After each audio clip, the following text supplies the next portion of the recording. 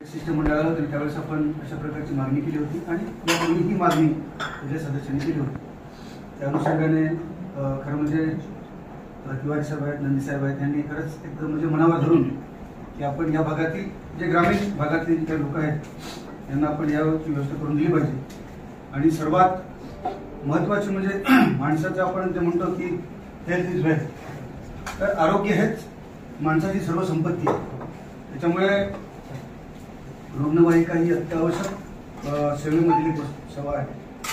तर मला असं वाटतं की जसं नंदी साहेबांनी सांगितलं की त्याचं मेंटेनन्स झालं पाहिजे. मी सुद्धा या भागाचा प्रतिनिधी म्हणून एक सायवन बेल्टमध्ये मी एक स्वतः ॲम्ब्युलन्स दिलेली आहे आणि तिथे त्या ड्रायव्हरला पगार सुद्धा मी माझ्या पगारातून देतो. हां, आणि मेंटेनन्स वगैरे आपण तेच करतो. जोपर्यंत मी आमदार आहे तोपर्यंत माझ्या पगारातून देईल. त्याच्यानंतर नसेल तर मग त्यांना सांगावं लागेल की आता तुम्ही बघा. त्याचप्रमाणे जसं नंदी साहेबांनी सांगितलं की आपल्याकडून एक रुग्णवाहिका आपण कॉटेज हॉस्पिटलमध्ये देण्यात आली होती, पण कॉटेज हॉस्पिटलमध्ये अतिशय निष्काळजीपणा आहे तिथे. मी सुद्धा 2021 मध्ये निवडून आल्यानंतर कोरोना पिरियडमध्ये एवढाच मोठा ॲम्ब्युलन्स मी सुद्धा दिला होता आणि त्याच्यावर असं नाव लिहिलं होतं की आमदार विरोधी. ती गाडी कधी मला डहाणू शहरामध्ये दिसली नाही.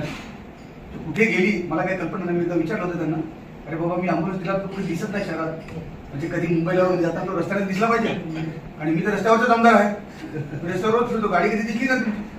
तर अशा प्रकारची ती निष्काळजीपणा येतं. मला वाटतं ग्रामपंचायतले सर्वच ग्रामपंचायत आहेत, तसं आमचे सिनियर नेते सुद्धा आहेत, रेड्डा कलांना वगैरे सर्व. तर नक्कीच ते जरी ग्रामपंचायतमध्ये नसेल तरी पण ते त्याची काळजी घेतील. सरपंच महोदय आहेत, इतरांनी सर्वांनी त्याची काळजी घेतली पाहिजे.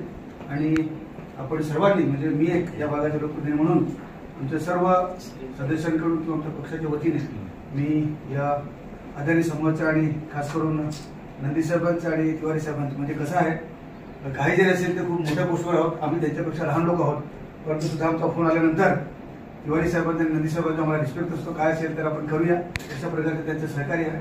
तर तुमच्या या निमित्तानं सर्वांच्या वतीने आपलं धन्यवाद म्हणतो आणि मला वाटतं आपण आपल्या कार्यक्रमात सुरू गावात एक माणसाचा नंबर पाहिजे ना. हां सर या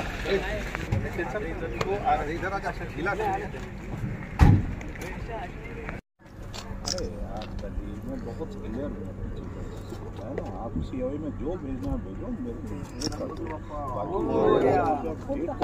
बाप्पा, गणपति बाप्पा.